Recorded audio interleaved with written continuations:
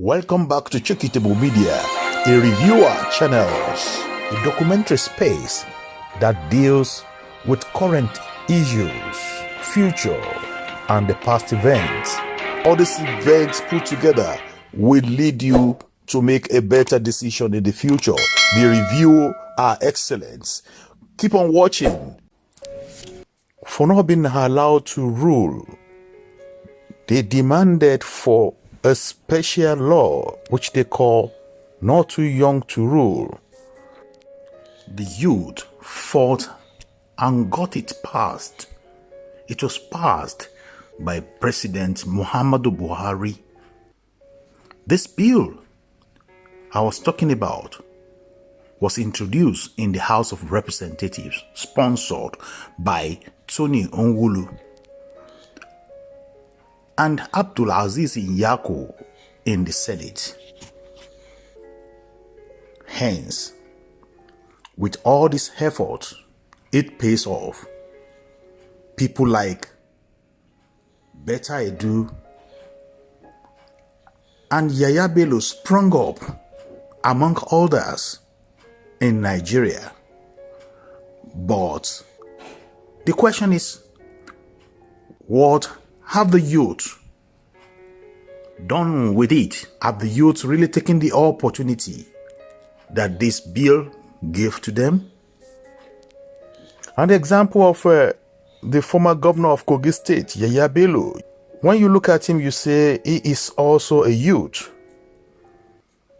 Another example is the former Minister of Humanitarian Affairs, Betta Edu. She's also a youth. But if you look at their antecedents, you will see that there is no difference between this so-called youths and the so-called corrupt elders in the country.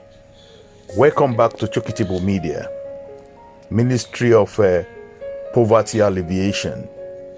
And you will also remember the previous minister as well, under Buhari, what she did in that ministry. Hajia Umar Farouk. Betta Edu, the former minister. The Efcc have recovered 30 billion naira, says 50 bank accounts under investigation. The Economic and Financial Crimes Commission, EFCC, says it has recovered 30 billion from the investigation of Betta Edu, the suspended Minister of Humanitarian Affairs. On January 8, Bola Tinubu suspended Edu and directed EFCC to conduct a thorough investigation to all aspects of financial transaction involved our ministry and ourselves. This is a big discovery. As EFCC have said, they said this is just the tip of the iceberg. Many more to come. But let us go into the news and explore more, review it and try to see if she has actually committed any offense or not. The 37-year-old poverty alleviation minister denied any wrongdoing when she was suspended in January. You will remember Nigeria has recovered 30 billion naira, which is $24 million, or otherwise 19 million pounds, as part of ongoing corruption probe into the suspended minister's ministry and activities while in office. Funds were traced into over 50 bank accounts that this minister run, the EFCC declared. Humanitarian Affairs and Poverty Alleviation Minister Betta Edu was initially suspended in January over alleged diversion of $640,000 of public money into a personal bank account.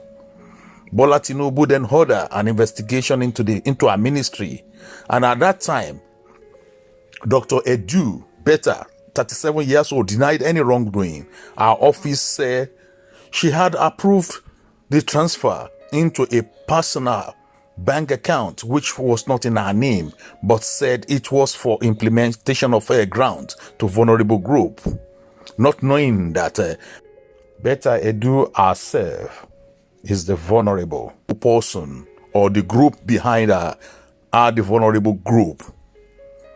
When you look at her during the campaign of this president, you will see her running up and down with the feeling as if she has a genuine purpose. Betta Edu, remember, she served as a national leader of All Progressive Congress. She was also a former commissioner of health in Cross River State, and she was also the national chairman of Nigerian Health Commissioners Forum. All these places where she served. The question is, was she probed after that? Did anybody check her record after that? Has she not been perpetrating what she did now in the larger ministry previously, where she was coming from? This is a youth. The same thing goes for all these present and the past politicians. If you pick one of them or put them together, you will definitely find every one of them wanting of this same offense. That is why people like us don't trust them. Look at Ganduje in Kano State. After all he did when he was the governor, and he was exonerated not to be probed and stuff when he was the governor then.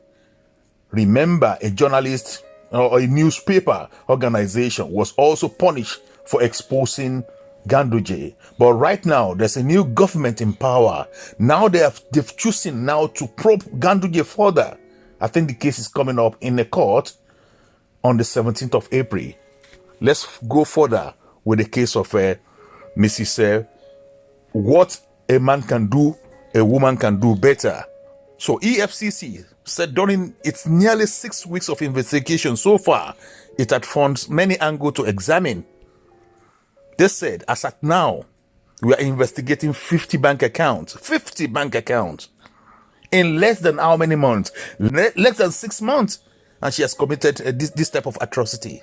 And they said they've traced money, big money into this 50 accounts that Betta Edu opened. And they said it is not a child play. We all know it's not a child play. That is a big deal. Its chairman, Ola Olukoyede, said in the latest edition of the agency monthly e-magazine, Alert. So, he urged Nigerians to just take it cool, take it calm, give them the time to work thoroughly to finish the probe. We're exploring so many discoveries that we have stumbled upon in our investigation. If it is about seeing people in jail, well, let them wait. Everything has the process to follow. He said. The Efcc chairman gave an assurance that the recovery fund were already in the covers of the federal government, and the suspension of the minister is a rare occurrence in Nigeria, according to the BBC. Rare occurrence. You know, I don't want to go into the past government or the past politician that have ruled Nigeria before. You know, and I know. So we don't need to cover this up. Nigeria is a cesspit of corruption. Any government in power must commit similar offense without having the guts of probing the previous government or administration. We know what is happening to Emefiele anyway, but Emefiele is just a scapegoat for Buhari's government. Then we ask ourselves, where is the leader of that government? The secretary to the state government at that period, Boss Mustafa, is he today? Mr. Babashi Alawa, where is he today? And like that, and like that, and like that. Those are just few to mention. Even the former vice president, where is he today? All these people supposed to be probed. They're supposed to drop something, the money they stole. And if they didn't steal anything, let them come out. But even they come out and say they didn't steal nothing, just like Betta Edu said in January. Now look at where we are in April. Is there a sincerity of purpose with Efcc itself? Let's wait and see. Because we can only see probe. What will end the probe, we don't know. Many thanks for watching. If you are new to this platform, kindly subscribe and like the videos so that you won't miss out as soon as I upload a new set of video.